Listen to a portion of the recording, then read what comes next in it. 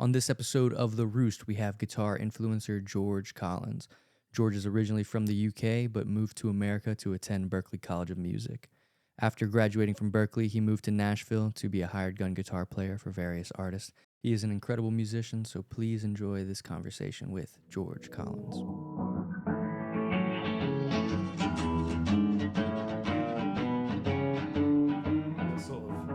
What sort of thing are we going to be talking about?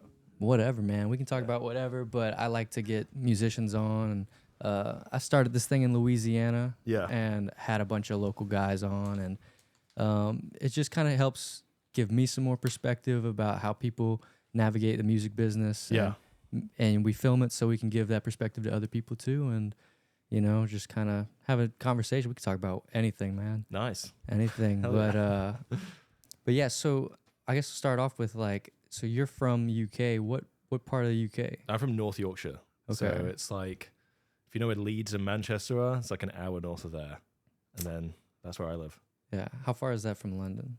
Oh, God. It's like, you would have to drive about five hours to get to Yorkshire from London. London's south, I'm in the north. Yeah, I've been to London once when I was a senior in high school.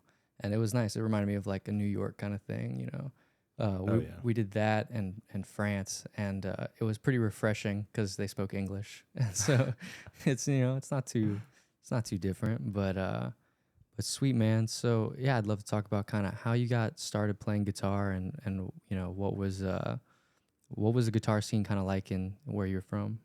Yeah, so actually, like in terms of like music in general, guitar was my third instrument. Oh wow! I started on piano accordion was my first instrument. No way. Yeah. No way. And then I would just play like English folk songs and stuff. And then I alto sax was my next instrument, and I did alto sax like the whole way through high school. But guitar was always a third instrument, and I played it. I started when I was like 9 years old, but I kind of hated it. I kind of hated music for a while. Yeah. I didn't like any music. I was just doing it because like my brothers played music, and I was like, I should probably do some music. But I wasn't like, I didn't really get along with my teacher at all, my guitar teacher at the time. Yeah. He's a great, I look back on it now and I think like, oh, he was actually really good. I was just a kid, a stupid kid. But I like kind of lost interest in it. And then I was thinking about quitting music altogether when I was like 13, 14. And then my saxophone teacher was like, let's get you another teacher. Yeah. And then we'll see, like, if you don't like that, then we'll stop. So I got this teacher, and he was like, "What? Neil C. Young was his name. Neil Young is quite funny, right? He's awesome." And he was like, "What music do you like?" And I was like, "Honestly, I don't know." And he showed me. He was like, "Well, have you heard of Stevie Ray Vaughan and like Dire Straits and all that?" And I was like, "No, I haven't." And I was like, "Oh damn, I got to learn solo to Sultans of Swing." And then I was like learning Stevie Ray Vaughan stuff. And then I was like, "Yeah, that's when guitar became like the main thing." Yeah. And I started teaching myself because he stopped teaching at my high school. So I was either like going to be like, oh, I'm going to quit, or I'm just going to keep on doing it myself. And then I had a few lessons with him just here and there, but it kind of just sparked my love for music and guitar. And then going through high school, then I ended up going to Berklee, which was cool. Yeah, crazy. Do you mind pulling that mic like right down here? Absolutely. Yeah, you're good. There we go. But dude, that's crazy. Just to backtrack a little bit, man, do you still play piano accordion at all? Absolutely not. Absolutely not? No. Do you even remember how to play it? No, you had the one? funny thing is I don't even know how to play piano. Oh, wow. So like I was purely doing it by ear. Yeah. I could probably play a keyboard if it was on its side, but like that, no. That's so crazy. Like me and all my band were from Louisiana. Yeah. And we do Zydeco, which was like my full-time gig back in the day. And it's real accordion based. It's like accordion front guys. And one of the most famous accordion players was like Clifton Chenier and Buckwheat Zydeco, and they were two piano accordion guys. Oh, nice. That's so crazy to hear you say that. That's so funny. Oh, yeah. But like I know that Europe definitely has like its own accordion scene.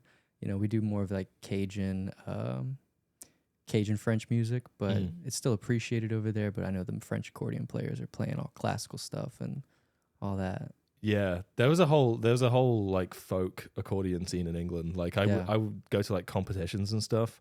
Yeah. That they would host, and it was honestly a really weird scene. Yeah. I was very young, but I can just remember the vibes being really strange. Yeah, but sure. It was good though. It was part of my musical upbringing, I think. Yeah, that's sick. Dang. You still play the sax at all? No, I stopped in high school, like when I finished high school. Yeah. I actually just sold my alto sax. Word. I used to play a bit of baritone sax as well. I only played classical sax, so I could read music, but I couldn't improvise. Yeah. Which is weird because I can't read music on guitar, but I can improvise. Yeah. So they just didn't interlink at all. Yeah. But it was good. You know, my sax teacher in high school was awesome. Like we still catch up when I go home, and nice. She really helped me with like getting into Berklee and all that stuff. So that was great. Nice. So you were playing guitar pretty heavy in high school. Like, when did you kind of start making content and going after that kind of thing? I must have been, it was about 2017, I think, when I started. So I was like 16 years old. And I just started like playing John Mayer covers. Yeah. Cause like I love John Mayer, yeah, you know? Yeah. Yeah. I'm not like as like, that was my main thing back then, was just like, if I scroll back far enough, it's just like John Mayer cover, John Mayer cover, John Mayer cover. Yeah. But that's how I started, because I was like, there wasn't really much of a music scene around where I lived in Yorkshire. I mean, there was like a pub music scene where people would, you know, like acoustic guitar, you know, just like singing in like a bar. Sure. But my way of playing out was, you know, doing the whole Instagram thing, and that kind of just evolved. And I had a few of the like John Mayer stuff that people start to like, and I just continue doing it and continue posting. It's kind of cringeworthy when I look back at my posts. I'm like, I should probably delete a few of those, but no, I don't know. It's the origin story. So, yeah. So how did you had to fly to America to audition for Berklee, or did they have a spot in where you're from? They did this thing called the World Tour audition series or whatever, where they go around, and I did it in London, so I had to go down to London. Cool. They did it in this like studio. I can't remember the studio now. It was really cool though, like proper old school studio, and just brought my guitar with me. I can't remember, what song did I play? I played Just Funky by Tomo Fujita. Okay. You know that one? No, but I know Tomo. It's a crazy guitar part. I was really into that, like kind of funk guitar playing. Yeah. And I did that and somehow got in. Yeah. And then moved to Boston when I was 18. Yeah, I mean, that's a crazy experience. Was that your first time kind of living out of the house? Oh yeah. Yeah. Yeah, that was I was actually, my parents said that it was kind of crazy that I was the one to go to America and like be by myself, because I was never the one. Like I would just get like scared being like out of the house for a day from my parents. But I guess I took the leap, and it worked out. So it was good. Yeah, that's awesome. So I guess you had some brothers that were, like you said, were, I guess, more out of the house, more independent. Yeah, I've got two older brothers. My oldest brother's 29. He's like a junior doctor. My middle brother, he's married and is an accountant. You know, so it's like they're doing real jobs, and I'm just like living in Nashville, playing guitar in fantasy land. Yeah, it feels like that sometimes. So tell me a little bit more about Berklee, man. I always heard great things about it. I've got a buddy who's there now, just starting his freshman year. Oh, nice. So what was it like kind of being a freshman in that? It's probably intimidating, probably. It was, world. It was a crazy time, especially because it was just the whole, I had culture shock of like going to America. Because I'd been to America a few times, but never lived there for an extended period of time. But I went into the dorms, first of all, 150 Mass Ave, room 440. I don't know how I still remember that. But it was good. It was a good time. I made a lot of friends. Yeah. I think, and then, in my second semester, COVID happened. Oh, wow. So it was like halfway through the second semester. Yeah. We were all in the Berklee CAF, and then they sent an email out, and they were like, you got to leave in 4 days. So I had to go home, and then I ended up coming back in September of 2020 because I had an apartment, like a lease on an apartment. I ended up staying in that apartment for the rest of the time there, but that was great. Honestly, COVID kind of helped a lot of things. I don't know. Yeah. It's very bad thing, for sure. But it was honestly like meant that I could stay at Berklee as well, because I only really thought I was going to go for a year at the start, but it just ended up working out pretty well. But yeah, Berklee, like the first semester was really a completely different time, because I guess pre-COVID was different. Just the college scene in general. Yeah, for sure. But definitely got more into it as the semesters went by, and then when Berklee started opening up again, was when I think it got really good, and I kind of got into a rhythm. And I love Boston. Like, Boston's a great city. There's not much of a music scene, but the city's small enough that you can walk it, and it's a good community, and you know, like you're just surrounded by the most insane musicians 24/7. Yeah. So it was definitely like, I went from being in, you know, Yorkshire thinking like, oh yeah, I'm like a really good guitar player, and I got to Berklee and I was like, oh, I suck. What was the Berklee culture like, man? It was like, you know, sure, pretty hard academics, but like jam wise, y'all must have had a bunch of student jams and stuff. Oh yeah, I mean, it was mainly like you would just jam with your friends. Yeah. And you know, like the different majors they have, like music production engineering. Like I had quite a few friends that were MP&E majors, as they called them. And then you get like called in for sessions, and you just play with your friends. I mean, it like really just depended who you were friends with, but you meet loads of people and just play with them. I didn't, like, honestly, being in that COVID era, I didn't really get to play much in like the middle of the of my time, like maybe like second and third year. Yeah. But towards the end, I was trying to play as much as possible. It was actually hard to do gigs as well. I couldn't do any gigs on my visa. I can play now. Oh wow. But when you're on a student visa, you're technically not allowed to perform. What? That's crazy. Yeah, it sucked. That's so wild. Yeah. Dang. So you were making content at Berklee. What was kind of like the moment where you kind of like went viral or like kind of popped off? There was it was this one cover I did of Everybody Wants to Rule the World. Oh wow.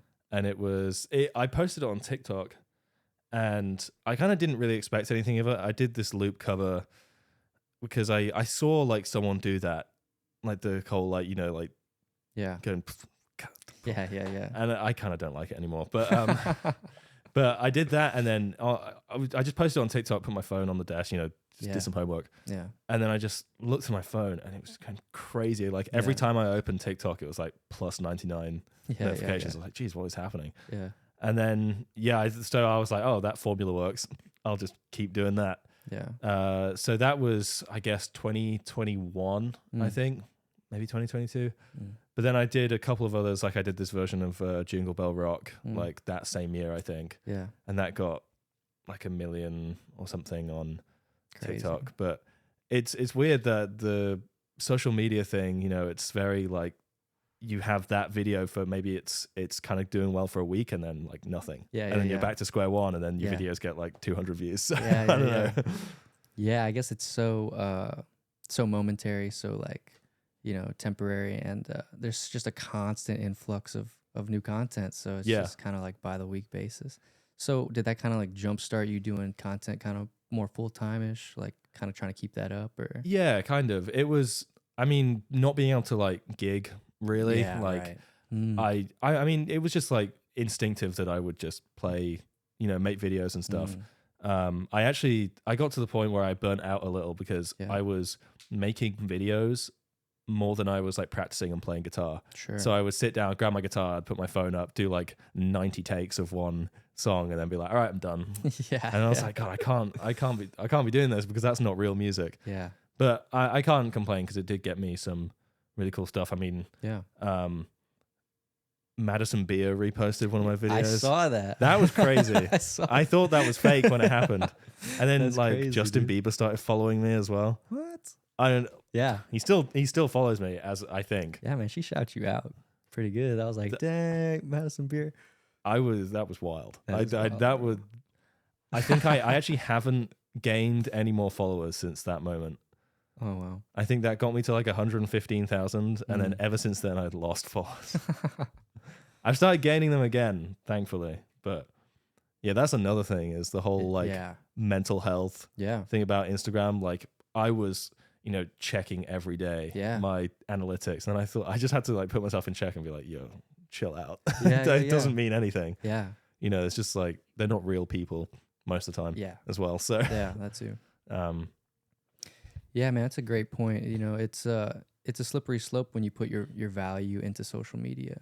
And like, you know, as a creator with my band and all that, we are creating nonstop, and to kind of, you know, feel the pressures of like trying to please the audience or do stuff for the audience, that can get in the way. So, you know, talking about real music, what has kind of been some of the more satisfying and fulfilling music that you've been playing lately? Well, yeah, actually, I moved to Nashville last May, like end of May when I graduated, and I was playing guitar too for pitch meeting for a bit, and that was awesome. Like, it's tough because like these different artists get up. I think, did I play with you, or was I not playing that day? No, not playing that day. Damn. Yeah, I mean, but like you'll just get up and then they'll be like, "This is my song," and you're like, "Oh god," and then Eric will be like, "George, take a solo." I'm like, "I don't know the chords," but that was fun. That got me a lot of connections, and ended up going on the road with Noah Thompson for a bit. Okay. He won American Idol last year or 2 years ago, I can't remember. Sweet. But yeah, so I was subbing in for his guitarist, and we did a few runs. I think I did 5 or 6 gigs with him, and that was really good. That was amazing. It really, those were the biggest shows I've done. I mean, they weren't like huge shows, but there was one. My first gig I did with him was in West Virginia. We played this. It was a Sutton County fair, and I had no expectation of what to expect, what was going to go down. Yeah. And it was really cool. We got on stage. It was just a power trio. It was me, drummer Madison, and I think it was Garrett Arwood on bass. Yeah. And we had never played together. I'd been given the songs, I think, like maybe 72 hours before. Yeah. I had my iPad up against the monitor just with all my charts on. Yeah. And then I looked up at the audience, and they're like, I don't know, I didn't count them individually, but there must have been about like 500 or 600 people there. And I was like, oh, damn, that's a lot of people. Like, that's a lot of people. I never played to that many people. I kind of got a bit of stage fright. Yeah. But we got through the gig. It was definitely a wake up call. And I was like, okay, I'm going to get better at playing live. Yeah. But that was very satisfying. Like, it was great to, when I was like in the van on the way back and on the way there, I was like 14-year-old George would have been foaming at the mouth knowing I was doing this now. So yeah, absolutely. So that was cool. And then other things like I've played with Josh Grayson. He was American Idol season 2. Oh wow! I got that through one of my my friends I went to college with, and that was like super cool because he had a number 1 like in I think like 2005 or something. So that was cool to just play country music that I've never played before. And then last night I actually had a great gig. I was subbing in for this band called Palomino. They do like neo soul, jazzy, funk stuff. So it's like right up my street. And I haven't played country in a while, but it's nice to play some like jazzy stuff that can I can use my Berklee degree for, I guess. Yeah. How long have you been living in Nash? So I moved end of May, so I guess it's May. Okay. I won't count. June, July, August, October, November, December. I guess 9 months. Yeah. Christ. Dang.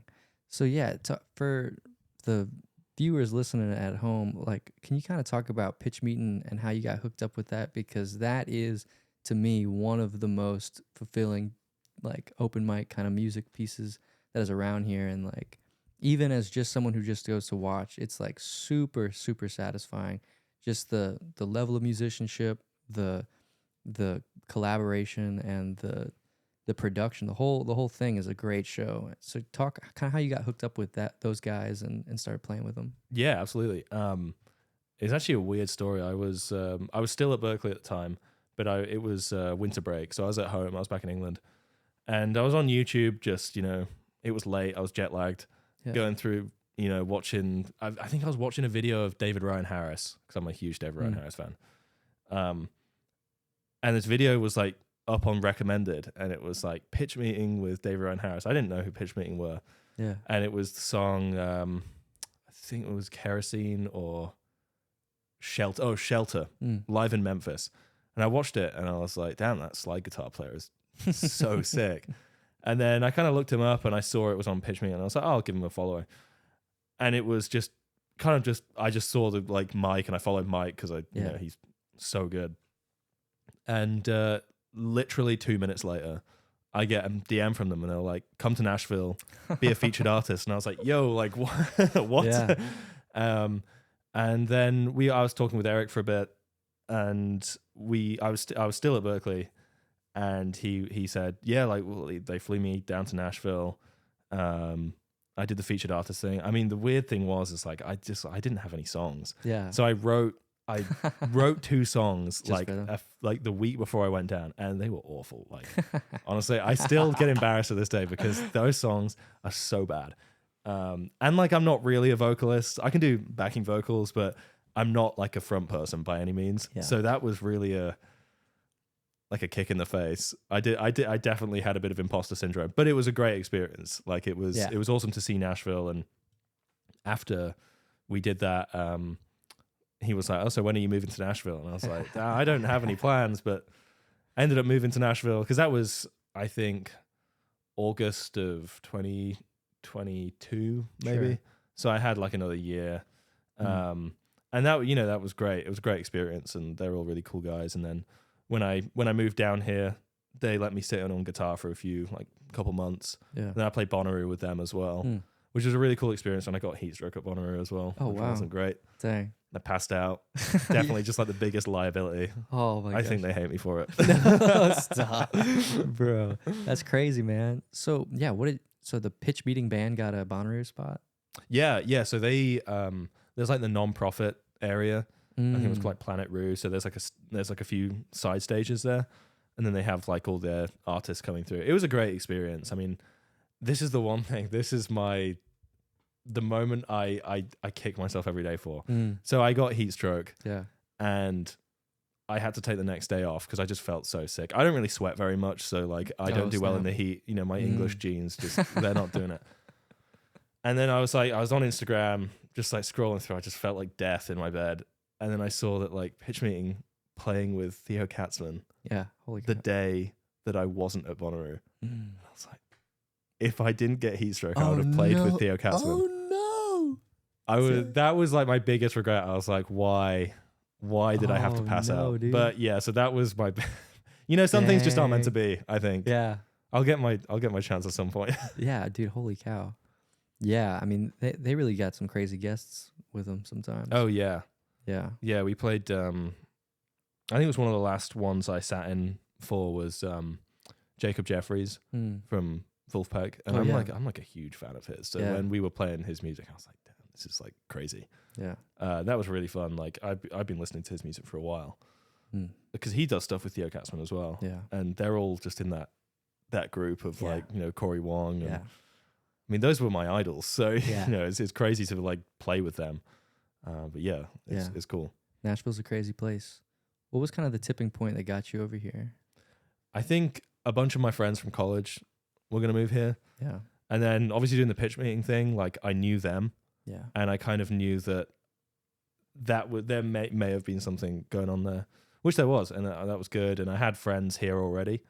But I mean, the choices either were go home, like try and make it in London. Yeah. But I was like, I kind of just grew up in America now. Like being 18 and kind of having your formative years in America, I was like, I can't move home. Like I sound American now, kind of. And then it was either that or go to New York, Nashville, or LA. Yeah. And I'd heard some bad things about LA. Sure. And I just went for NAMM, and you know, it's a cool place. A few of my friends moved there as well, but I just couldn't see myself living there. It's so huge. Yeah. It's massive, and it's really expensive. Yeah. And then New York is kind of a similar deal. You know, it's massive and it's expensive. And then Nashville, I looked at the rent prices and I was like, yep, there we go. You know, it's a lot cheaper to live here. I don't know if it's going to be a permanent thing being here, but right now all my contacts are here. Yeah. I don't really want to have to start again. Yeah. So it seemed like the most sensible option. Yeah. At least for now. Apart from the weather is just ridiculous here. I can't get over how bad it is. Yeah, it should get better, hopefully. But just the tornadoes and ice storms. Yeah. Yeah, I mean, I was from Louisiana, so we had hurricanes and just gray weather nonstop. But I'm hopeful that Nashville weather will get better soon. Me too. Yeah, I think it shouldn't be too long. So tell me more about NAMM, man. That looked like a crazy experience. That was really cool. Yeah. I've been going to NAMM for a bit because I'm an artist with Eastman Guitars. Yeah. They've been awesome to me. Like shout out Eastman Guitars. They're awesome. And they got me my pass, and I've been working with Eastman Guitars since I was maybe 16, 17. Wow. I met them at a guitar show in Birmingham in England, actually. Wow. And my mum actually helped me get that. She went up to the guy and was like, "Hey, like this is my son." I was like, "Thanks, mom." But yeah, they're really awesome, and they're doing some really cool stuff now as well. I did some demo videos for them. They've just got this new series called the D'Ambrosio. I don't know if you've like seen their stuff, but it's really cool. They're normally their guitars are made in China, in Beijing, but they've just released this new run of guitars that is I think it's like the brainchild of their guitar designer Otto, who they're made in California, and it's made at, I think they get the wood from the same factory that like Novo Guitars uses. It's like Novo or Fano, I can't remember, but they're really nice, really nice guitar, and they're really expensive as well. But they are fantastic. Like I didn't know they were releasing them as well, and got to play them. They had this really cool one. It's pretty much a Strat, but it feels better than my custom shop, which is kind of wild. But they've got this like telly style with like a Charlie Christian pickup in it, and I really want that. Did you take anything home from NAMM? Unfortunately not this time. Last time though, last March when it was Eastman, I was doing some stuff with them, and I hadn't actually been in contact with them for a while because of COVID, and I think they had to lay off a few people. And I really like the look of the Juliet. I don't know if you've seen the Juliet. It's the black guitar that I play. Okay. With the Bigsby. Yeah. And I was like, man, that's a beautiful guitar. Yeah. And then at the end, they came up to me, Dan, and he was like, "Do you want it?" And I was like, "Yeah, I do." So I walked away on the last day, and I just had this new guitar, and now that's my like main gigging guitar. Yeah, it's so good. It's kind of like a Firebird style. It's got like a raised bit in the middle with like the two wings, and then the Bigsby. I don't know if I'm sold on the Bigsby, but it is cool for some things. So I don't have any guitars with Bigsby, so it's nice to have. But the solid body 2 humbucker thing, I never had a solid body 2 humbucker guitar. I was always a Strat guy. Yeah. But it really just fills the spot, especially for like subbing in for gigs when you need just a huge sound. Yeah. It's really cool. But yeah, that I came away with that guitar last time, but hopefully got some stuff in the works with Eastman. Did you have some like responsibilities when you went, or was it just like a lot of play? Honestly, yeah, I could just, it was really just a glorified holiday for me. But I mean, I did do a couple videos for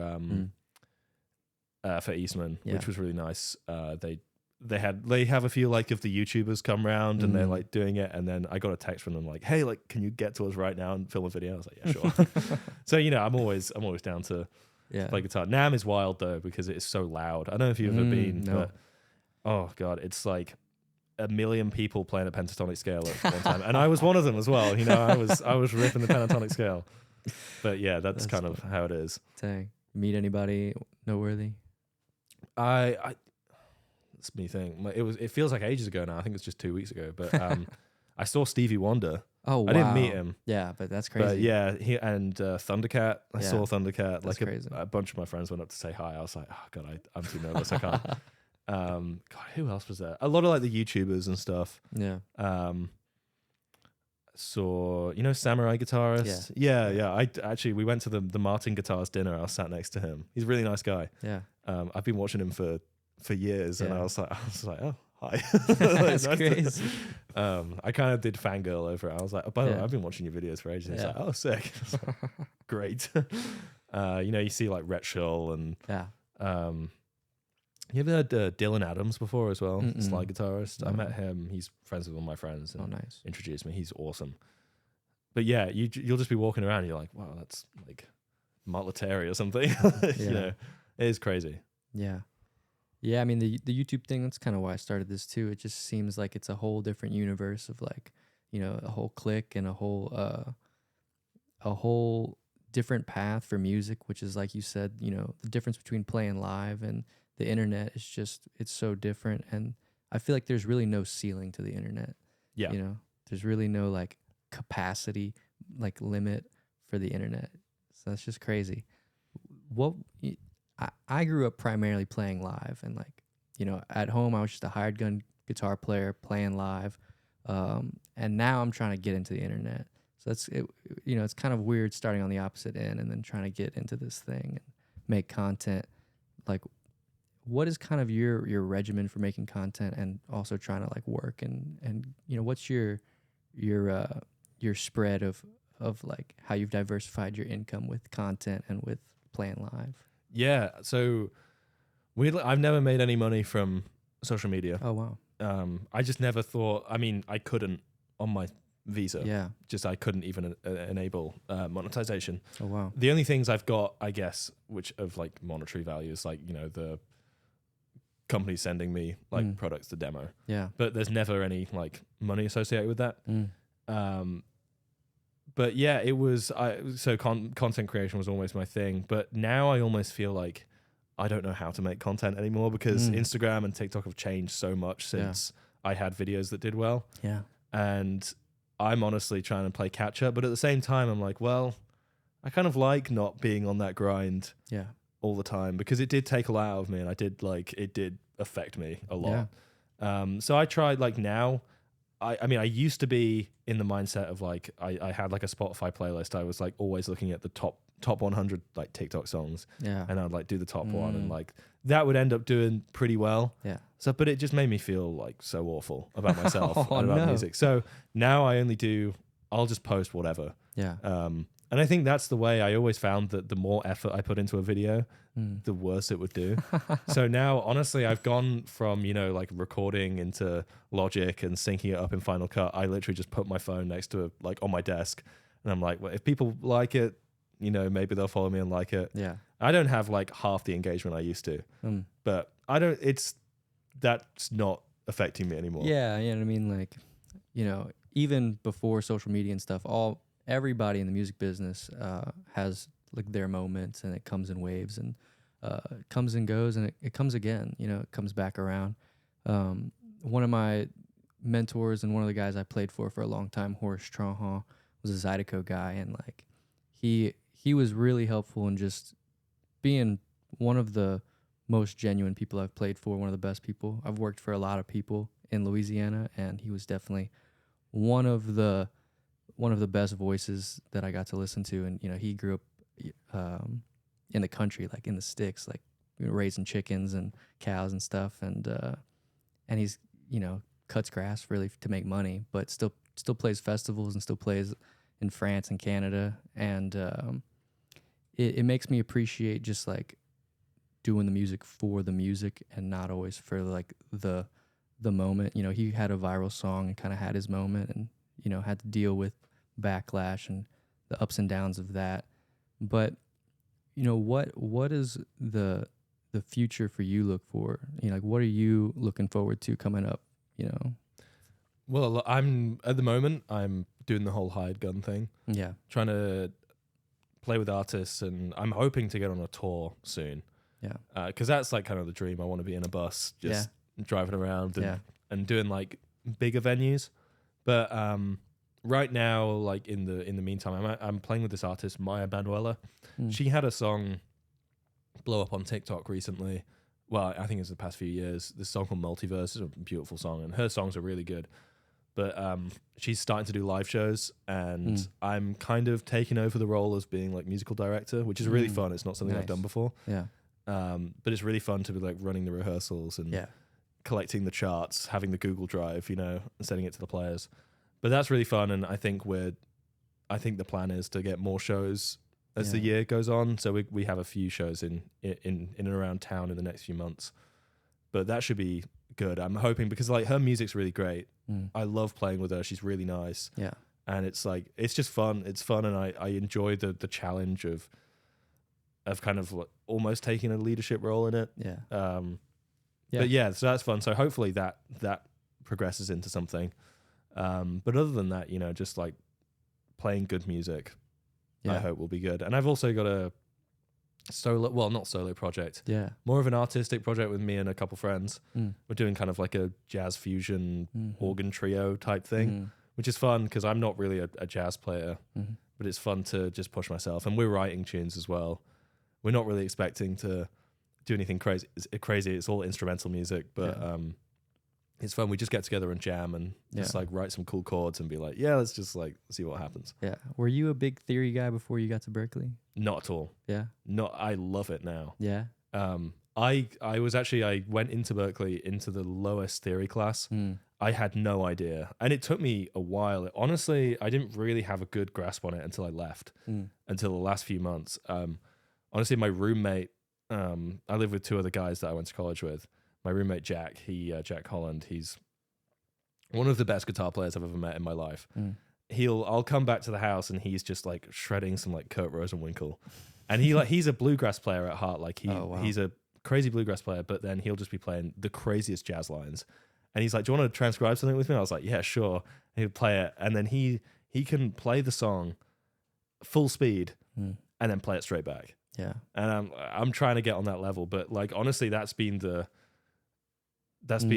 kick for me to just like try and get better at it. And I feel like I am getting better at theory, and I'm piecing things together that I learned at Berklee but never applied. Right. And now it's all about just applying what I learned. And I'm getting there slowly, you know. Yeah, well, I mean, those bluegrass players are crazy, man. Oh yeah, that's crazy, crazy stuff. Some of the times when I listen to Billy Strings and to even some of these country guys, I'm just like, man, this is almost jazz, man. They're really doing some crazy licks and stuff, man. Yeah, he was showing me like the Julian Lage playing bluegrass. Yeah, and that's really crazy because he's just playing like jazz lines over bluegrass. Yeah, while keeping it doesn't even sound gimmicky though. It sounds amazing.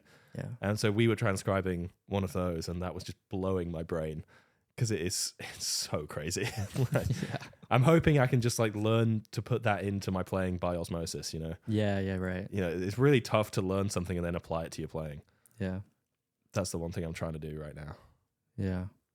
Yeah, I mean, definitely I feel like just moving to Nashville, it's kind of changed the way that I practiced, made me a little bit maybe more competitive and just on top of my stuff. But yeah, I think there is a little bit of osmosis, a little bit of just watching and hearing kind of what's going on in these clubs and in the tastes, like the Flamingo or wherever. You know, it's just kind of pushing my boundaries a little further out and say, oh, you know, I like some of that too. But I've always been like, it's all in the fingers. Like I'm just like I'm a slow hand kind of guy because I really can't do any of that crazy stuff. But you know, I wouldn't mind it. I wouldn't mind being able to do some of that. Oh yeah, it's tough. It's a lot of practice. I'm trying to find just like the craziest guitar stuff just to learn it, because I feel like now I used to go away from that and be like, no, I'm like not good enough to play it. Yeah. But now I'm like, no, I will be. I'm not good enough to play it, but I want to be good enough. So like, you just gotta like just trial by fire. It's fun. It's a good challenge. Yeah. You didn't happen to catch any Matteo Mancuso at NAMM, huh? I did. No, huh? God. Hey, that's some crazy stuff, man. That's really pushing it for me. I'm like, I can't even wrap my head around what's going on right now. Just no pick either. He's just that. It's unbelievable. Like I saw the video. I've obviously like seen the videos, and it's hyper impressive. Yeah. But I always feel like with like social media videos, you're always a bit like, take it with a pinch of salt, right? You know, because you know some people do like to fake things. Yeah. He does not. No. Oh my God. I'm sure not. He that was insane. Obviously, it's like pretty hard to hear it now because there's like such a high noise floor. Mm-hmm. But he played a bunch. I saw him play like maybe 5 times. Oh wow. And just I don't know how he does it. Yeah. But I saw the interview he did with Rick Beato and Matteo Sasso. Yeah. And it was actually kind of interesting what they were talking about social media, because they're both, I guess, social media guys as well. Yeah. But they were talking about how the trap that people fall into nowadays is that social media comes first before the music. Right. It's like you should make the music first, then make content out of that. Yeah. And that's the trap I fell into. And when I heard them say that, I was like, that was so me, because I was making a video before I was making music. Yeah. So I really respect that, because I mean they're both insane players. And you know Matteo Sasso played with, was it Tori Kelly or something? And like you watch those videos of him playing, and damn, I need to be playing like that. That's crazy, man. Yeah, but I'm sure those, you know, your socials led to meeting some people and the connections, and you know that's all still very valid and worthwhile, I'm sure. You know? Yeah, I think it's just the angle you approach it at, and it's all like contextual. Yeah. the angle I'm trying to take it at is now I'm like filming all my gigs so I can hopefully like get more live footage. Yeah. Because there's only so many videos I can do where I'm sat on my desk like playing a John Mayer song, you know, Yeah. which is fun. I have got a lot of flack in the past for playing John Mayer, but you know, he's great. He's great. Yeah, he's great. Dude, that freaking Live in LA, dude. Oh my God. I used to eat that up. I love that when I was like 15. Yeah. Dude, that was yeah, I mean, I've been playing guitar since I was really young, but I don't think I started taking music seriously until I was like 16, had a car, and could like really put on music and really. I forget you can really drive check. when you're 16 over here. That's wild. Oh yeah, when can you drive in? 18. Oh what? Yeah. Yeah, that's crazy. Wild. Dude. Oh yeah, dude. No, I should not have been allowed to drive. I should not. Yes. 16-year-old me shouldn't have been able to drive for sure. I still shouldn't be allowed to drive. I feel that. Like, dude, whew, they need to retest some of these people around here, man. It's scary. I mean, I had to take a driving test here, even though I have an English license. They took me on this test. It was crazy. I did it up in Gallatin. We drove out of the DMV. We turned left onto a service road. We did a U-turn. Yeah. Turned back. Oh yeah. We parked up, and then he was like, "Let's just wait in the parking lot to make it look like we went out for longer." And I was like, "Yo!" So I got 100%, and I passed, and I got my driver's license. But that was it. I was a bit like that. It explains a lot, you know. Oh it explains a lot. Yeah, but I would not want to be learning how to drive on this road. Dude, oh no! In Nashville, period, man. It's even people with Tennessee plates. They're driving like crazy, man. I've seen already like a couple wrecks already. It's yeah. just like, I'm in the rain yesterday. I was driving to a gig in Shelbyville, and I couldn't see anything. Yeah. Like it was an hour drive, and I couldn't see the lanes on the road. And I mean, I'm good at. I feel like I'm a good driver here. Yeah. I feel like other drivers on the road wouldn't share the same opinion. But Is it? But it was tough when I first got my car here, you know, because you get to Nashville and like I had no car. And I was like, you can't get around without a car. In Boston, absolutely, there's public transport. It's great. Yeah. But got my first car, and you know, the last time I drove was in England, on the left side of the road. Yeah, wrong side of the road. On the right side of the car, stick shift. Oh wow. So it's the first time I've ever driven an automatic was over here. Nice. And I got in, and I was with one of my friends, and he was like, "I've got to go." Like, he came just like drop me off and help me like buy the car and stuff. And he was like, "All right, I got to go, but like good luck." And I was like, "Oh crap! I've never driven here before." Oh my god, dude. And yeah, I had to drive back from like Midtown. Yeah. I was just like, "Oh god, here we go." Where are you staying over here? I'm in East, like Inglewood. Okay. So, yeah, that far. Yeah, really close to like the Inglewood Lounge. Yeah. So it's a really nice area. I think really lucked out. I mean, the house we live in with my roommates is like, it's not a great house. Yeah. Neighborhood's fantastic though. Oh, that's good. Their house is falling apart. We had a rat like this big living there for a while. Yeah, it was not good. That was a whole problem. Yeah, dude. I got back from the road. It was maybe like in late summer, and we didn't know we had a rat back then. We had heard some things in the walls, but we were like, oh, you know, Holy something. crap. But then I got back and then looked under. I opened my door and I saw that there was like some scratch marks under my door, like where the carpet was, and I was like, what's that? And I had a bag of bagels that I just had like on my desk. Gone. And like all of my shopping gone. Like this rat, well fed to be honest. Jeez. But we were struggling with that for a while. The house is falling apart, but the rent is so cheap. It's a roof over my head. So yeah, absolutely. Does the job. Yeah. It's kind of how we feel over here, man. We didn't even tour this house before we signed it. Oh, neither mine.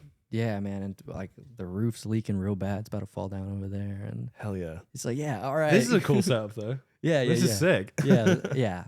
No, I mean, honestly, even with all that being said, this is a blessing for sure. And to be in this location, I didn't realize how good this area would be just for, you know, Eastside Bowl with the pitch meeting and with Inglewood Lounge and Underdog right there. It's kind of crazy, the kind of talent you can see 5 minutes from your house. Oh, yeah. And to get to like downtown from here, I guess it's like, what, 15 minutes? Yeah, not bad. Yeah. Yeah, this is a blessing, man. You spent any time at that Inglewood Jam? Yeah, I actually sat in there. I did nice. house band there once because Jody, the drummer, he plays for Noah Thompson, so that's how I got to know him. He's really cool, and I sat in this one time. Wow, it was hard. That was probably some of the hardest music I've ever had to do, because it's all improvised. Yeah. And they have George Russell on keys. His dad is the chair of the harmony department at Berklee. Yeah, wow. So like he knows his stuff. Whoa. So like he was throwing these chords out, and I was like, man, God, I'm not good enough for this. Oh my God. But I mean, they're all really nice guys. I haven't been in a while. I don't think it should have been tonight, but I think they canceled it because of the Super Bowl. Yeah. But you a football fan? American football fan? No. Yeah, I don't understand it. Me neither. I'm not. It makes no sense. I'm a real football fan. Oh, there you go. Real football, the one where you use your feet, that one. Yeah, but yeah. I'm probably still gonna watch the Super Bowl with my roommates. But there you go. We'll see. Yeah, not a big sports guy, but I mean that is such a good jam. I've sat in with the Flamingo Jam once, but yeah, it's just kind of don't step on any toes, just kind of support. But there's some cats that really know their stuff, and it kind of scares me, man, because like I ain't got no Berklee degree or nothing like that. It's tough. What did you go to Berklee for? I did pro music, which is, I call it the joke degree, because you kind of do a bit of everything. It's not specialized. You have this whole list of, it's almost like doing a degree with like 2 minors. So I did production and performance, but it's not a performance degree and it's not a production degree. Yeah, right. So it was good. It was good for what it was. I got to like try out a lot of stuff, but some of my friends that do like have done performance, they go really in depth and they get like a lot more private instruction. And like the production majors, they get access to the studios. I didn't get access to the studios. Oh, okay. So it was good. I mean, I got from Berklee, I think, what I wanted to. Yeah. I was also just kind of a bad student, so I didn't really like appreciate it at the time. But now I'm like, I kind of wish I did something more, focused. But it was good. I did enjoy my time there. Yeah, I mean that's awesome, and just to be in that environment is I'm sure awesome, because like I went to UL, which is Lafayette, Louisiana's college, and I did music business, which I call kind of like a half degree, like you would say, and just because I was playing music full time, and it kind of allowed me to focus on music, and it was kind of a young degree, not a lot of curriculum really like built out, but I think you get what you put in, but one thing that's maybe a little lackluster about where I'm from is just like the environment, and I think that's really what college is like mainly about, is just being around people with the same attitudes or whatever. And if UL maybe might have been lackluster in just the sense that like if you don't have the competition to really push you to try and like be a better musician, you're not maybe gonna get that. And like we still had some great musicians, but like Berklee, and what I was telling my friend why you should go is just because like, man, you're surrounded by some serious cats. I'm sure like that's gotta make you step up your game. Just like Nashville in general has made me try and step up my game to like really, fit in. Yeah, it was definitely just being in that scene, just being surrounded by people, just always pushing you. Yeah. It's like the big fish, small pond, little fish, big pond type thing. Exactly. But yeah, it's definitely a different scene here to Berklee, because the student musician scene is obviously different to the like real music scene. Yeah.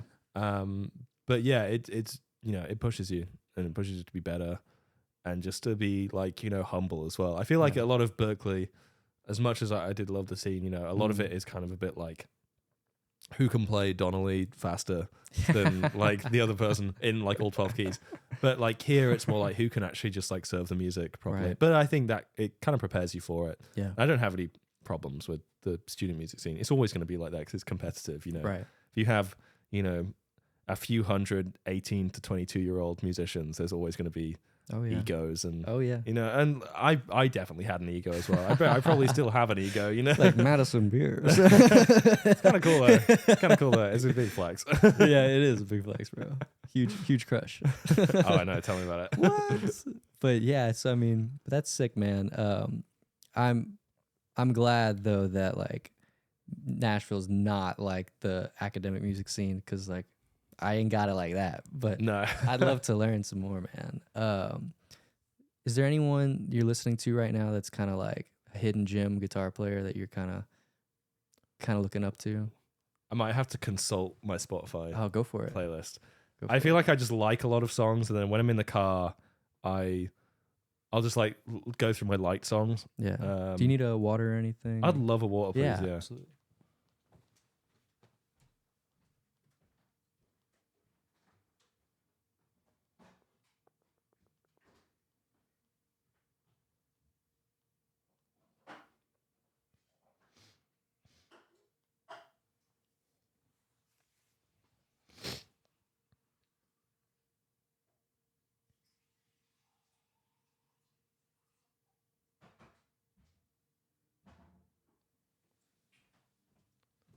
Thank you so much. Appreciate it. I can feel my voice starting to go.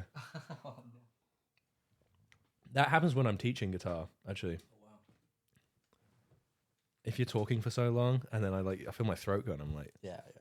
I was sick like a month ago. And snap. Yeah, I think I had the old Rona, but who knows? Yeah. Dang. Yeah, one guy I have been listening to a lot. I found him through TikTok, actually. It was one of those videos of like artists you should look out for. This guy Merrick Winter, I don't know if you've heard of him. The British guy. He's got this song called Mr. Resistor, and he's the EP it's on is called Eve of Disaster, but unbelievable, like kind of folk, style stuff. But his guitar playing is unbelievable on there. And then there's like it's very like George Harrison, Beatlesy style. Yeah. With like, kind of, it sounds like direct, just like dimed on the console. Really cool. And I highly suggest like listening to that because his voice is amazing, the songwriting is great, and the musicianship is awesome. So it's like the holy trinity there. But other than that, I've actually been listening to a lot of my old guitar professor at Berklee as well. It's got Lyle Brewer. I don't know if you've heard of him. Man, he has a project with they're kind of a jam band called Neighbor. And they're really great. They're like, his guitar playing is just unbelievable. He's like my favorite teacher of all time. But he also his solo stuff. He does like solo guitar arrangements. Yeah, and it's the most beautiful stuff you've ever heard. Just the way he can like tell a story. Like me and my roommate were like crying listening to his stuff. So shout out Lyle Brewer. He's awesome. Dang, what were some of I know there's Tomo. And like you just said, what were some of kind of your favorite teachers at Berklee? I was very loyal at Berklee with my guitar professors. Oh yeah. So I started with my first professor was Kurt Shoemate on guitar. He was awesome. He was like my Berklee granddad. I called him because he was. I think he'd been teaching since the 90s. I think he also taught Mayer at one point. But yeah, he was awesome. Jazz guy, like very like kind of Grant Green style. But I don't know why. I just like we connected. But unfortunately, over COVID, he had to retire. But we still keep in contact, and I was letting him know what I was doing down in Nashville. But he was awesome, and then I got Lyle because Lyle and him were really good friends. And then I'm trying to think who else I had in terms of like, God, I don't even know because a lot of the other stuff was like more academic. Yeah. I really enjoyed ear training was I didn't enjoy ear training at the time, but it did help me a lot. But my teacher Gilson, he was awesome. Like it was a tough class. He ran a tough class, but like if you did the work, he liked you. Yeah. Because there was a lot of people that you wouldn't turn up prepared to a class. Sure. Which was me the first time, and then like you get told like pretty soon that like you better buck up your ideas or you're gonna fail. Yeah. So but that really helped me because I think I couldn't hear scales or anything or hear intervals, but like because of him I can now. So so that was good. He was awesome. It's honestly, it feels like now I think of it like being out of Berklee since I guess 9 months ago. I'm forgetting things now. Yeah. And in my last semester, my last year at least, I got the senioritis pretty hard because when my last semester I did one class and I couldn't do anything else because I had 2 credits left. So I was doing my capstone project, which was all online. I just like made a lo-fi EP. Yeah. It's released. It's just elevator music. Yeah. But, one of the songs is like over 10,000 streams. So I'm like, yeah. That's great. That's one thing. Man. It's like 1 minute long. Yeah. But so my other class was a Beatles ensemble. And then that was it. So I was in college for 2 hours on Tuesday a week. Nice. So like even that, like that was my last experience at Berklee. So it was good. So you couldn't gig until recently or till after Berklee? Yeah, so I'm on an F1 visa right now, which is the student visa. But after you graduate, you can do this thing called OPT, which is optional practical training, which is you can work in the field that you studied in. So I can't go take a job at like a cafe or something. I'll get deported. Oh my god. Yeah, how crazy is that? So I have to do music, but so I'm self-employed, which is actually kind of like it because it means I'm forced to make my rent with music. That's true. Which is really tough. It's tough. But yeah, so I'm on OPT right now and I'm applying for the artist visa. So I've been allowed to work since I graduated. I got my OPT in May and just been trying to work it out. And you get a year of that. So this is I guess you could say this is my 5th year in the country, but only just been able to start working. But the whole artist visa thing is a whole other process that I'm going through right now. And it sucks, you know? That's crazy, man. So you have some like regular gigs, like some regular monthly gigs? I wish. Oh. I found myself like bouncing around a lot of artists. And like I was saying earlier about that Maya Manuela who I'm working with, we're writing some stuff together as well. And so I'm hoping that picks up. Yeah.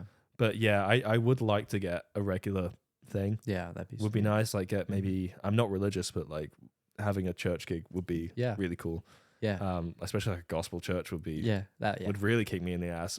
But yeah, I'm hoping to get something because I mean there is just zero job security. Yeah, I was at Flamingo and some guy, you might know him, Mason. The singer. Yeah, he was telling me like, it's like I don't know about church gigs, but I can get you into the synagogue.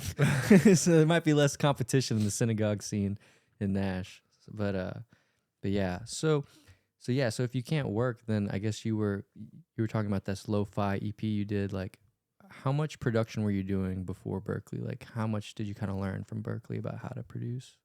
I was mainly self-taught on production. I did take a few classes, like I took a Pro Tools class and a Logic class, but a lot of it, I mean, a lot of production you kind of have to learn yourself. Right. If you're going to do in-the-box production, like if you're just like, you know, home studio with a Focusrite 2i2 type thing, I feel like you kind of have to learn yourself. There's not really much a teacher can teach you. They can teach you how to use the software, but I think a lot of it is your own just will to learn it. If you're in the studio, like learning Pro Tools on like a huge like mixing board, I feel like that, you know, you've got to be taught that. Cause I mean, I don't know. I mean, I never learned it, but I was doing a lot of beats before Berklee.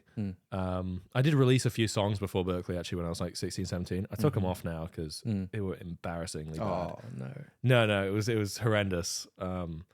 One of them did really well as well. I felt bad taking it off because I know a couple of people like messaged me afterwards and they were like, "Did you take that song off?" And I was like, "Yeah, 'cause it was shit." But like, but it had like 250,000 streams. Oh, and it was like I got on Discover Weekly or something, like one of those like algorithmic playlists. But then I remember like one of my friends, I love him, my friend Dean. I was asking him, I was like, "Is it like bad?" And he was like, "Yeah, it kind of is." And I was like, "Yeah, no, I needed to like hear that from my friend." But you know, like if you hear it from your friend, you're like, "Okay." Yeah. But it was just, I didn't want that to be on my portfolio. Yeah, that's fair. Because I wasn't proud of it. And like I was, you know, 16, 17-year-old George set at Logic that he just got. Yeah. Releases like this kind of bedroom pop. I basically just rewrote a Rex Orange County song. Yeah. And then my vocals, I think I did in like 2 takes and I didn't tune them. Yeah. And I'm not a very strong singer. So there was some parts which were like, oh, that's a bit rough. So I just didn't want that. I think they're on SoundCloud. I should probably take them off SoundCloud. So. Dang, man. You still use Logic? Yeah. Yeah, that's your go-to. I don't produce as much as I used to. Because I mean it used to be what I did for Instagram videos. I'd be Logic, but and then beats and stuff. I don't really find myself now producing at all. Like I now play guitar just kind of just through the amp, and I'm not using Logic amps or anything anymore. So I need to get back onto it, but I feel like I don't have the time. So for videos, you just record straight through the phone? Yeah, straight through the phone. Unless I'm doing something that requires me to like play over a backing track or something. But even so, like I'm going minimal effort nowadays. I don't blame you. And I think the tone's better. Oh yeah. Because I used to use the one of the, the neural DSP stuff, like I use the Corey Wong amp sim, which is it's really cool. Yeah. But there are some times where I look back at my videos and I was like, it kind of sounds digital sounding. Right. And I've got a Princeton at home, and I mean nothing beats the sound of a real tube amp, like loud. Yeah. And it's because I live in a house now, I can actually turn up loud. But when I was in my apartment in Boston, I couldn't turn up I had a Blues Junior then. I couldn't turn it past 2 before like the person below me was like with a broom on my floor. So I got a few noise complaints. Yeah. But now like playing a loud amp, like, I mean, come on. Yeah. That's where it's at. You know? For sure. Yeah. That reminds me when I was at LSU, I was getting some noise complaints for sure. The Blues Junior. Oh yeah. Yeah. I use that Helix right there. It's nice because it doesn't bother the roommates, and it's got some good presets, but yeah, I mean, nothing beats a real tube amp. I mean, no, not at all. Do you have any opinion on the Tone Masters? Tone Master. Oh, like the amps or the new board thing? The amps. Yeah, my roommate has one, the Deluxe. Yeah, I like it.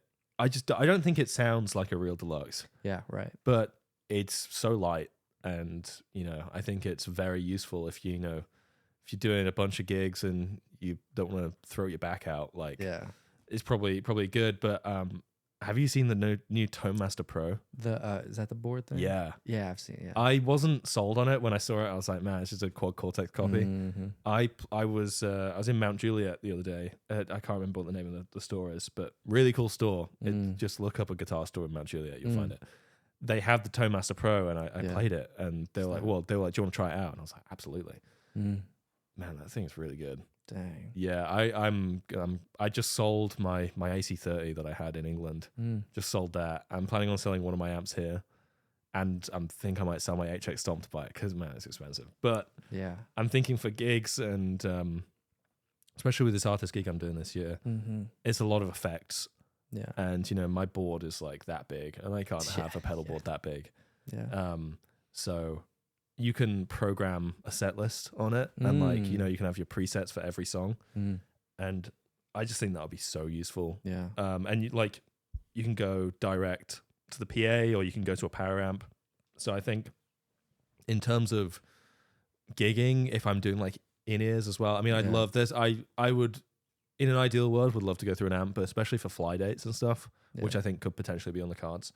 Might be useful to have one of those, but if I was going to get a Tone Master anything, it would be one of those. Yeah, man, it fits in the backpack too, huh? Yeah, I mean, it's big, but it's not as big as that Helix. No, and it's not as big as my mono pedal board, which is massive. Yeah, so dang. Yeah, I'll have to give one a try, man. I've got the twin reverb Tone Master, and I love it, honestly. I mean, I love it to death. I had a real reissue twin reverb, and it man, just so many repairs, just a big hole in the, digging a big hole. And so it's like, this Tone Master hasn't given me any problems. Gets real loud. It's got the adjustable wattage. Oh yeah. It's pretty hard to beat, man. It's pretty nice. Especially in a live setting, I think. Yeah. I love getting like a good tone. I need to get better at this. I feel like I don't play as well if I don't have a good tone. Exactly. But yeah, for a while it was I was very purist, and I was like, he's got to be my Princeton. But then at the end of the day, you think about it, and it's like when there's like so many different overdrive pedals, and it's like everything kind of does a similar thing. But to like the crowd, they're not going to tell the difference between your TS9 and a TS 808, or even like, honestly, live you probably can't tell the difference between like a Tube Screamer and a Klon. Yeah, they kind of sound the same to the untrained ear, I guess, as well. Yeah. But your tone is always as good as like your weakest link, and in most cases, they're just putting a 57 on the amp, so your amp is always going to sound like an SM57 on the cab. So I've got to kind of get over that hump of being like, I need my gear and stuff. That's why I was thinking the Tone Master would be cool, because then I could just have my tone in that box, and I could just go, that's my sound. That is what's nice about the Helix too, is it's pretty similar sound everywhere you go. And so, man, I played some shows where they're backlining an amp, and the amp's crapping out on me. I'm like, what the hell? I'm like, bro, I need something reliable, man. I need I need to know what I'm gonna get, you know. Yeah. Man, shoot, I lost my train of thought. But I was thinking about just like, oh yeah, my tone has sounded so different like all the time. It is definitely a part. It totally affects your playing, the tone. Oh yeah. It's like I've been busking lately, and I can't really. It's got to be battery powered, so I really only bring that little Bose speaker right there, and I just plug straight into it, and it's, you know, pretty much just clean. And maybe if I crank it loud enough, it'll start overdriving. But like, you know, without a pedal board, without like all that stuff, it's like you definitely got to change your playing. You can't sustain a note the same way. You can't do any of that. Yeah, well, that's one of the things that I never actually had Tomo as a professor. I had a couple lessons with him, like in my first semester. But one of the things he says, which I really agree with, he says like you've got to practice with the worst tone. Right. Like I think he'll say like you put bass on 0, treble on 10, no reverb. Yeah. Which like, I mean, I don't do that, but I should probably do it because it forces you to actually like think about the notes you're playing and not, you know, like the worst thing to do is like practice with like a compressor on. Yeah. Because, you know, it just makes you, I think it's like a handicap. Yeah.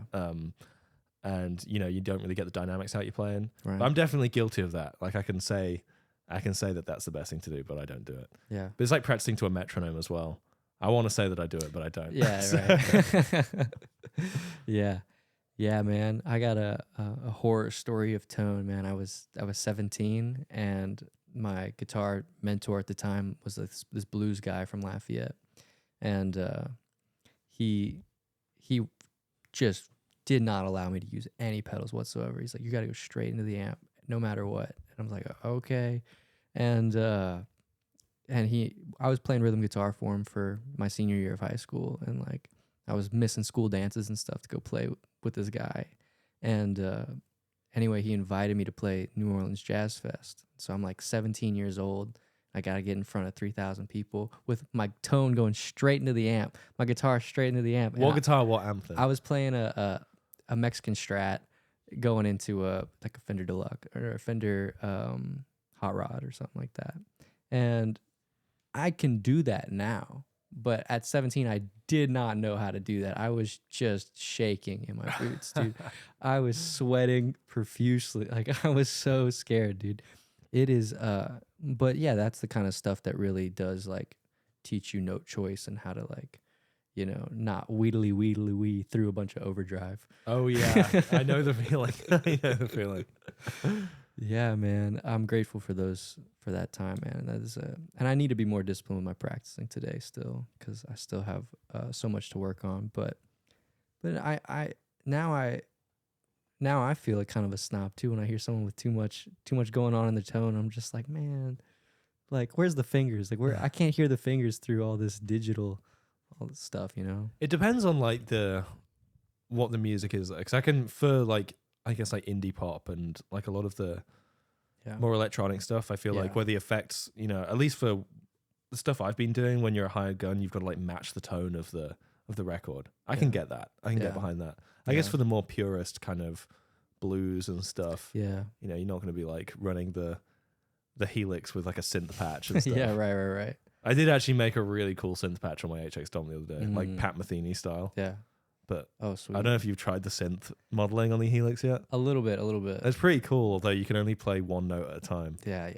I used it at my gig last night, and I accidentally like played 2 notes, and it just got. I was like, I'll turn it off. It sounds like shit. Yeah, it's fun, man. No, I'm definitely not. I'm not too purist, because like I think that's something that I struggle with as like someone who's trying to be an artist, is like I like too many things. I really don't have like one identity. I feel like I could wear many different hats and be many different things, and anything that's really been noteworthy. I'm trying to think. I haven't been to a live show in a while. The one I can remember the most was I went to the John Mayer solo show. That was good. That was, you know, that's, you know, a bigger thing. I'm trying to think if I've been to see anything. I actually don't think I've seen a live show this year yet. Oh wow. Yeah, well, it's still early, but so because you were talking about Bonnaroo, and it made me think like you do any festivals or any music festivals like that? No, you know what? Mm. I actually don't like music festivals. You don't like music festivals? No. Not a big crowd guy? No, big crowds. You know, I just feel gross. Yeah. All day. Yeah. You know, you're always like either thirsty or you need to pee really bad or both at the same time somehow. Yeah. And honestly, like, okay, this sounds weird, but like, I kind of don't like going to live shows either. Yeah. I mean, I know what you mean. I sympathize. Because like, also I'm a tall guy. Yeah. I have numerous back problems. Oh yeah. So I actually have like sciatica. Like I have a trapped nerve in my back. Snap. Which sucks sometimes. So like today it's fine, but like yesterday, nah. So when I'm standing up for hours on end, like I hate when I'm at a live show and I'm like, oh, I just wish this could end so I could go home. And that happens a lot, even if it's someone I really like to see. Yeah. I hate that. This is the thing. I want to be on the other side. I want to be on the stage. Yeah. But it kind of sounds weird that like I'm a musician. I don't really like going to shows. No, I mean, I hear you. I hear you, man. That's super interesting because, like, I love music. I love to play music that makes people dance. So I really love whenever the crowd is dancing. And I've played in bands like that in these auditoriums where they're sitting down in chairs. And I'm just like, oh, as the person on stage, I'm like, it's not the same feeling and the same vibe as like everyone dancing. But I'm sure as the listener, man, they get to sit down, enjoy themselves. So it must be kind of, a way different experience to get to relax and sit down in like a movie theater or auditorium seating. Yeah, I mean, that's why seeing Mayor was really good. It was at Bridgestone. We were like pretty high up. We had cheap seats. But it was, I could sit down, just like chill, listen to the show. Yeah. Yeah, just the club shows are tough. I remember seeing a lot of shows at House of Blues when I was in Boston. Mm-hmm. And, it's a great venue, but, I'm like, and I also have the problem where people get annoyed at me because I'm tall. Yeah. Like, yeah. I know, like when I was with my friends, we would go. They would always want to go to the front row. I'm not a big front row guy, but I go to the front row, and like me and my friends were all pretty tall people as well. Yeah. I'm not even the tallest, and you have the people behind you. You can just hear them going like, "I didn't pay this much money to be stood behind a tall person." I'm like, "I'm sorry, I can't help it." Dang. But I can see why. I would be pissed off too. Yeah. But what can you do? Yeah. It's general admission ticket. It's like luck of the draw, Screw him. Screw him, man. I wish I was tall. It's got its benefits, but it also has its drawbacks. Yeah, I'm sure. Yeah. The back problems aren't great. Yeah. And like when I was in the dorms in college, I didn't fit in the bed, which was also pretty. Oh wow. Pretty cool. Yeah, that's true. That's true. Dang, man. So how'd you find your roommates that you're staying with now? We went to college together. Oh yeah. I graduated with my roommate Jack. We graduated together. We weren't like, we were friendly in college. I didn't really hang out with him. I didn't really like know him too well. But then we got to know each other afterwards when we found out we were both moving to Nashville. And then my other friend Noah, I don't think he finished Berklee, but he moved to Nashville a few years ago. And he was living in Madison, actually.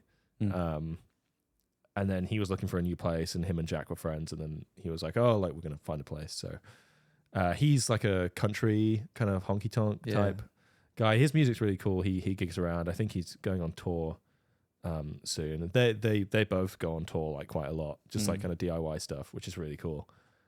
They just like hop in a car and just like play in every state. I'm like, whoa, crazy. Yeah. But it's cool, house full of musicians is always quite nice. Yeah. And they're both like acoustic guitarists as well, so it's never too loud. I'm the loud one. I think they get pissed off at me, to be honest. Yeah. You try living with a drummer. Bro. No, but it is fun, man. It is nice to get to, have people push you and play all the time. It's nice. Yeah. Do you do anything, like what do you do for fun to kind of get your break from music when you need it? That's what I'm still trying to figure out. But I love football, soccer. Yeah. So whenever my team's Liverpool, so whenever they play, I'll watch the game. Yeah. I play some Xbox here and there as well. What do you play? Well, I used to play a lot of Call of Duty. Like Warzone was my thing. Yeah. I tried to play Warzone recently, but it's all changed since I last played it, and it's too hard. I'm like I was a bit of a sweat lord back in the day. So like me and my roommate play a bit of Fortnite here and there. Oh, there you go. You know, it's pretty casual. Yeah. I play some like FIFA, I guess EAFC 24 now. That's fun. So but like it's tough. I used to game a lot when I was younger. Yeah. But I kind of wish I spent so much time gaming, and I was like, I wish I spent that time practicing guitar instead, because I like the times I spent practicing quick scoping on COD, like, has that benefited my life at all? Probably not. So, I was pretty damn good at quick scoping there. Yeah. That was Ghosts. The thing, man. Yeah. Yeah, you're trying to get the highlight reel to join phase. But like, I never did the highlights. Oh, I just did it like it was a personal thing. Yeah. I'd get back from doing my paper round, you know, delivering the newspapers, and then just like quick scoping all Sunday. You know? It's great. That is great, man. Playing no music really did me so well to do that, you know. Dang, man. Well, dude, I mean, I appreciate you coming, man. Thanks for having me. Yeah, man. Is there anything you got a message for the people? Anything you wish people thought about more? Anything that's been on your mind lately? God, learn your triads, I think. Oh, learn triads. Yeah. It's the most useful thing. Yeah. Like, I think that if you're a guitarist and you want to be able to play more than pentatonic, which is what I'm trying to do as well. Yeah. Triads are great. I've also been teaching a lot, so that's kind of my main philosophy. It's like, learn your triads. Yeah. And go get an Eastman guitar, because they're great. There you go, dude. I'm not paid to say that. I wish I was actually paid to say that, but yeah, they're fantastic. Believe in the product. Oh yeah, no, they're awesome guys as well. So that's sweet, dude. Yeah. Thank you so much for coming, man. Thank you. Bye, everybody.